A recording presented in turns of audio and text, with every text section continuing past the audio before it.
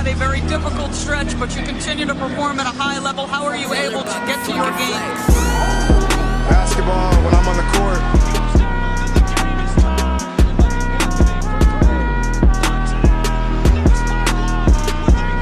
Rebecca, in the future, when you interview me, can you please take off your damn heels? He said, I'll present you, provided you let me wear your heels. We'll save that for later.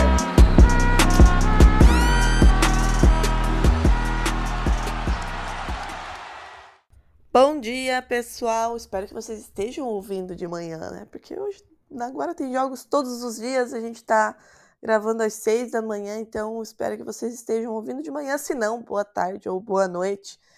Mas estamos aqui para falar do dia 22 de abril, da noite do dia 22 de abril, terça-feira, na NBA. Tivemos 3 jogos, tivemos um pré-enterro já, aliás, 2, e um empate de série. Vamos começar falando de Milwaukee Bucks e Indiana Pacers.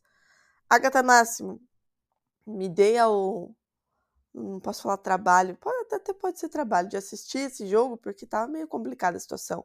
O Milwaukee até chegou, tirou, foi tirando, porém não conseguiu vencer 123-115 para o Indiana Pacers, que abre 2-0 nessa série, faz aí valer o seu mando de quadra, né? Venceu os 2 jogos em Indiana e liderou de ponta a ponta.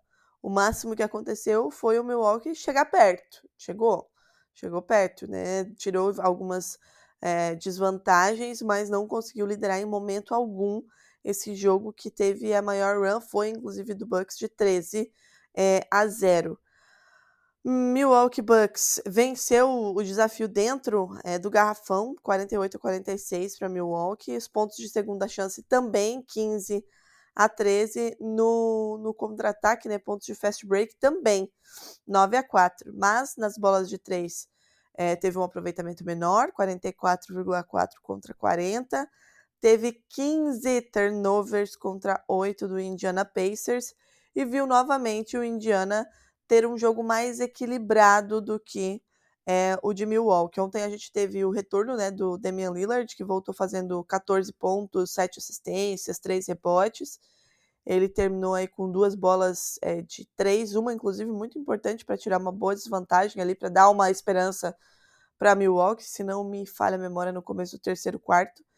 E o Giannis Antetokounmpo fazendo o que a gente espera dele, né, 34-18-7. O Bobby Portis foi muito importante também, veio do banco com 28 pontos e 12 rebotes. Mas do lado de Indiana, mais uma vez, nós tivemos 6 jogadores para mais de 10 pontos. Todos os titulares, né, os jogadores que começaram jogando para mais de 10 pontos, assim como o Mathurin, que veio do banco com 14. Entre os titulares, 2 com double-double. O Tyrese Haliburton com 21 pontos e 12 assistências e o Pascal Siakam com 24 pontos e 11 rebotes.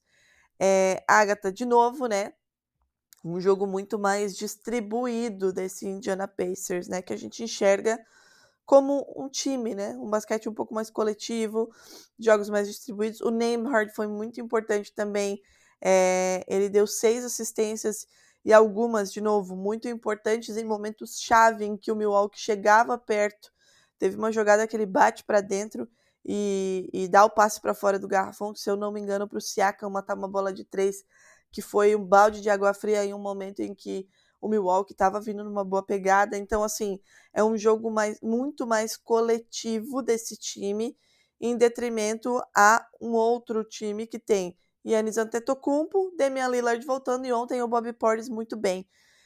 Agora essa série vai para Milwaukee. O que você enxerga que Milwaukee pode fazer para tentar vencer esses 2 jogos em casa e tentar equilibrar essa série? Doc Rivers disse que ainda acredita muito na vitória do seu time, mas em Doc Rivers a gente não acredita, né, Agatha Máximo? O Pacers viu o placar diminuir entre os 2 times muitas vezes, e em todas as vezes teve a calma e a paciência de tomar a decisão certa.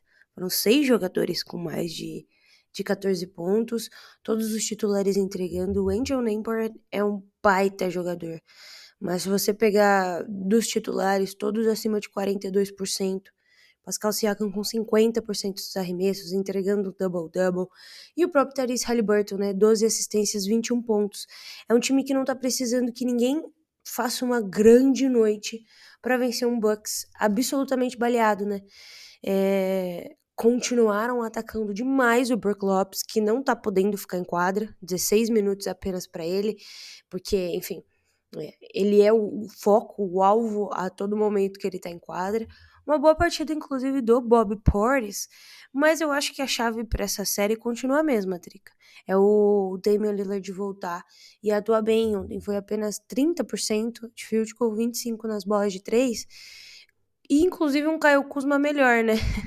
Também, assim, ser pior do que ele foi na última partida não era muito fácil. Mas 50% nos arremessos, 12 pontos. Só que, assim, não é o Chris Middleton. Eles deram um salto aí de fé, né? Quando eles trouxeram o Kyle Kuzma e abandonaram o Chris Middleton, porque apesar de muitas vezes machucado, sempre foi um cara que entregou. Então, assim, por hora, eles perdem a troca e devem perder o resto da temporada. Esse 2-0 machuca, Drica. Olha, eu não fico triste, não. Realmente, Caio Kuzma mal de novo. Essa troca aí, enfim, várias trocas feitas pelo Bucks nos últimos tempos talvez não tenham dado o retorno esperado para o Milwaukee Bucks, que agora vai ter que se virar em casa para dar um fiapo de esperança para esse torcedor. Embora nas duas apresentações que a gente tenha visto, fica difícil encontrar um mundo em que o Bucks consiga reverter essa situação, porque o Indiana está jogando muito melhor do que o Milwaukee. Não foram só vitórias, mas apresentações muito mais consistentes de Indiana. Depois nós tivemos Memphis Grizzlies e Oklahoma City Thunder. Assim, poderia até ter sido maior essa diferença aqui, né? A Agatha estava até com medo ali em dado momento, porque a gente viu o Memphis diminuir essa vantagem, mas no fim das contas, 19 pontos de vantagem para o OKC, 118-99. Novamente, um time que liderou de ponta a ponta. Maior run foi de 11-0. Os pontos no contra-ataque foi uma verdadeira surra do OKC, 21-3, negócio absurdo. Pontos de segunda chance, 12-11 para Memphis. E no garrafão, 54-46 para o OKC, que teve o Shai sendo aí o cestinha dessa partida com 27 pontos. Além do Shai, né, a gente teve 27 pontos para ele, 8 rebotes, 5 assistências. 24 pontos, 24 pontos para o Jalen Williams, 20 pontos e 11 rebotes para o Chet Holmgren. O Hartenstein terminou com 10 rebotes e o banco de reservas aí do OKC terminando com 25 pontos, 13 deles de Alex Caruso. Pelo lado do Memphis, 26 pontos para o JJJ, 23 para o Ja Morant, duplo-duplo para o Desmond Bane, 19, 12 e 13 para o Pippen Jr. entre os titulares. O banco veio para 14 pontos. Agatha, mais uma belíssima atuação, né, do OKC. Acho que não tem muito que a gente falar. Ontem a gente falou bastante sobre isso. A gente teve um chat até tímido, né, no perímetro, 3 de 10, mas batendo para dentro, fazendo o que ele faz muito bem. Teve um passe absurdo dele, não vou lembrar agora em qual momento, porque ontem a gente estava vendo 2 jogos ao mesmo tempo. Mas é um time que é muito superior ao Memphis, né? O Memphis até tentou buscar, tirou, cortou para 10, a desvantagem ali no quarto. Inclusive venceu, né, a parcial do quarto por 20, terceiro quarto, perdão, por 27-20, mas não conseguiu, né, buscar esse resultado contra um time muito forte. Sua rotação de 8 jogadores aí dando tudo de si para vencer mais uma 2-0, mais uma série que eu não vejo o Memphis conseguindo roubar um jogo aí. Inclusive teve um momento que eu mandei pra Agatha, falei, pode terminar com 2-0 essa série, porque não tem muito o que fazer, né, Agatha? O Thunder ganhou 6 confrontos contra o Memphis esse ano não, né, essa temporada, e todas essas vitórias foram por dígitos duplos. Então, assim, não é um time que...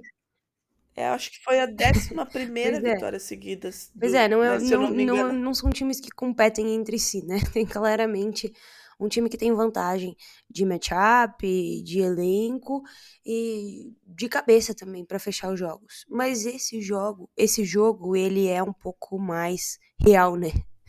Eu acho que a gente consegue se balizar um pouco melhor.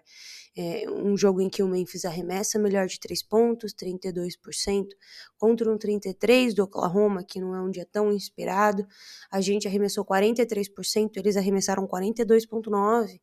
É uma partida muito mais parelha quando você olha as estatísticas, né? Também não passamos tanto a bola. O primeiro jogo foi 18 assistências para o Memphis contra 36 do Oklahoma. Hoje foi 17 contra 21. O Memphis melhora, de fato, nessa segunda partida. Mas ainda um melhorar do Memphis significa 20 pontos de vantagem, sabe?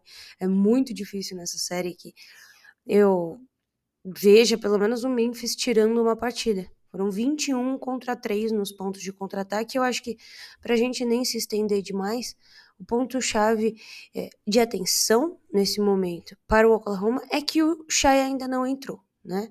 34% dos arremessos, fez 27 pontos, fez 8 rebotes, 5 assistências, 2 roubos de bola. Não estamos precisando do Shai, mas o Shai ainda não encaixou da forma que a gente conhece. Então, estamos utilizando de muitos outros jogadores.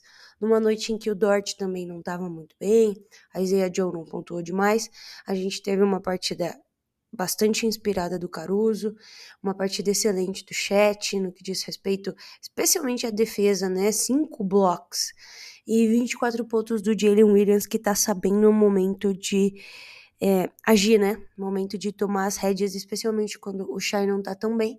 Mas o Shai foi muito bem defensivamente. Vi muitas ações dele que propiciaram aí pontos de contra-ataque desse time e permitiram que a gente mantivesse essa liderança. Chegou ali no momento no terceiro quarto em que o Memphis abaixou para 9, mostra que ajustou as principais coisas e que consegue pelo menos competir de uma forma que não fique difícil da gente assistir, né, Drica? Mas é um 4-0 aqui e espero ver o Shea melhor. A gente precisa vê-lo bem, né, ainda nessa série, porque a próxima não vai ser tão tranquila. Esse 4-0 tá muito desenhado, né? Não tem muito o que se fazer. Uma outra série que poderia dar 4-0 e você me iludiu ontem e não vai dar 4-0, infelizmente, é Minnesota Timberwolves e Los Angeles Lakers. Tivemos o segundo jogo ontem, 94-85 para LA. Um jogo em que Los Angeles dominou, né? Só não esteve à frente ali praticamente quando a bola subiu, o resto a gente teve vantagem do Los Angeles, só essa mudança de liderança, aliás. Nós tivemos maior run de 9-0 e a maior vantagem chegou a ser de 22 pontos para LA e pelo lado do Minnesota apenas 2 pontos de diferença, que foi quando começou o jogo. Pontos em contra-ataque 13-6 para LA, de segunda chances 18-7 para Minnesota e no garrafão muito equilíbrio 46-46 os pontos dentro da área pintada.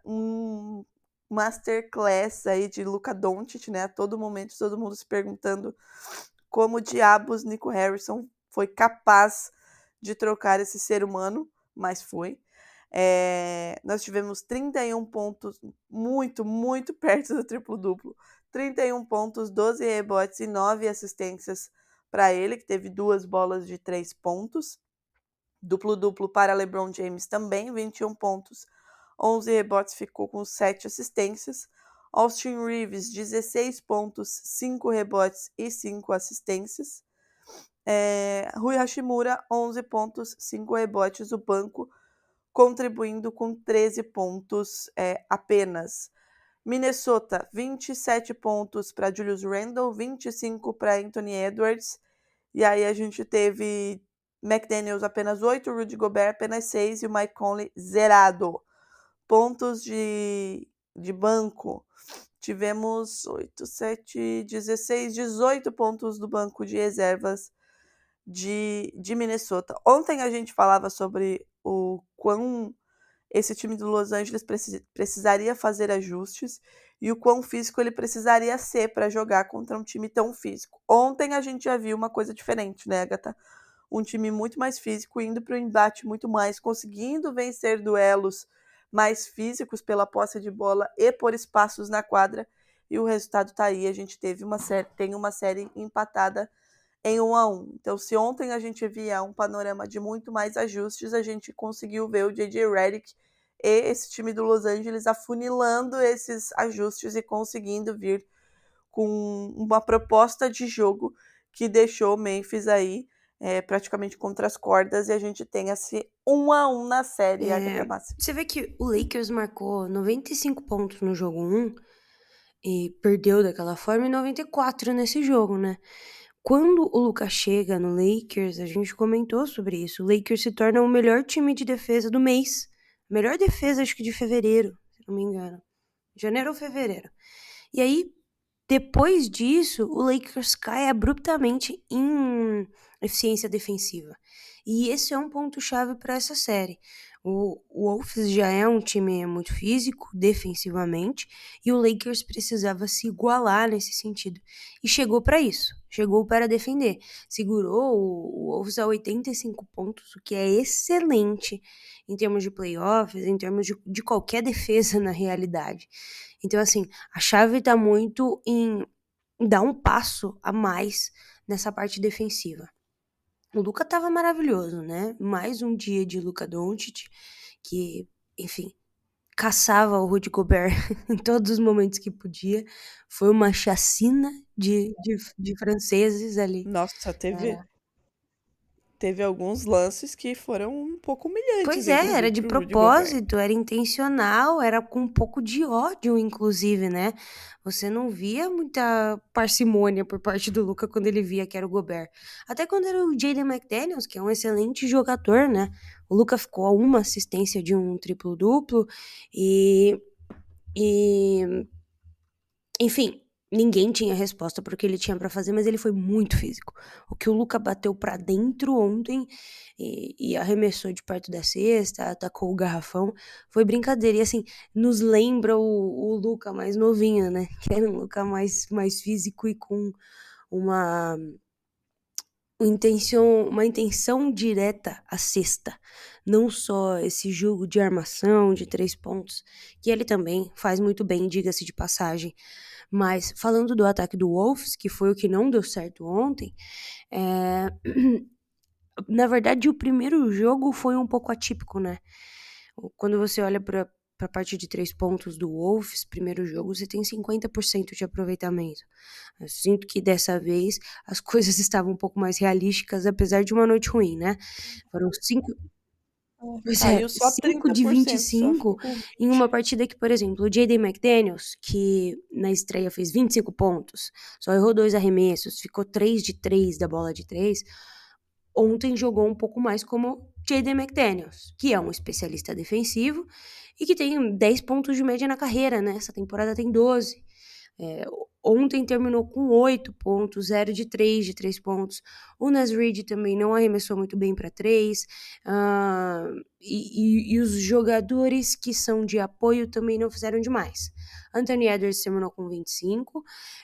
E o Julius Randle foi bem, né? Recorde de carreira nos playoffs com 27 pontos.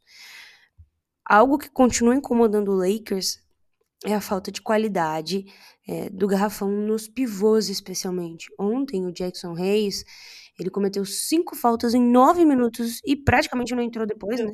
Não Ele foi conseguiu pegar muito mal, rebote, velho. não consegue Ontem ele foi pontuar, muito não consegue fazer nada. Mas assim, o Lakers pode se dar ao luxo nessa série de jogar no small ball, porque se o Gobert tá em quadra, eles vão atacar, né? Então é um small ball que faz sentido. É diferente se os caras fizerem isso contra um Oklahoma, por exemplo, né? Vão sofrer.